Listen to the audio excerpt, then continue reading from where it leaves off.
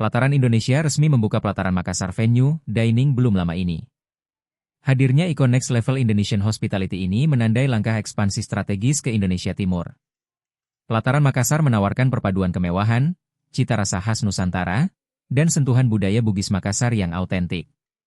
Berlokasi strategis di kawasan premium Sumarekon Mutiara Makassar, Pelataran menjadi destinasi kuliner sekaligus landmark baru Mais. Fasilitas yang disediakan meliputi area indoor dan outdoor berkapasitas 1.000 orang, special performance deck, dan meeting rooms elegan. Pelataran International Standard Kitchen menyajikan menu khas Nusantara hingga mancanegara, termasuk bebek bakar sambal paleko dan klaperta art pavlova. Pelataran Makassar melengkapi keramah tamahan khas kota Anging Mamiri dengan konsep Next Level Makassar, kata CEO Pelataran Indonesia, Yozua Max. Selain kuliner, Pelataran Makassar juga menjadi ruang pertemuan komunitas yang memperkuat jaringan WeConnect di seluruh Indonesia.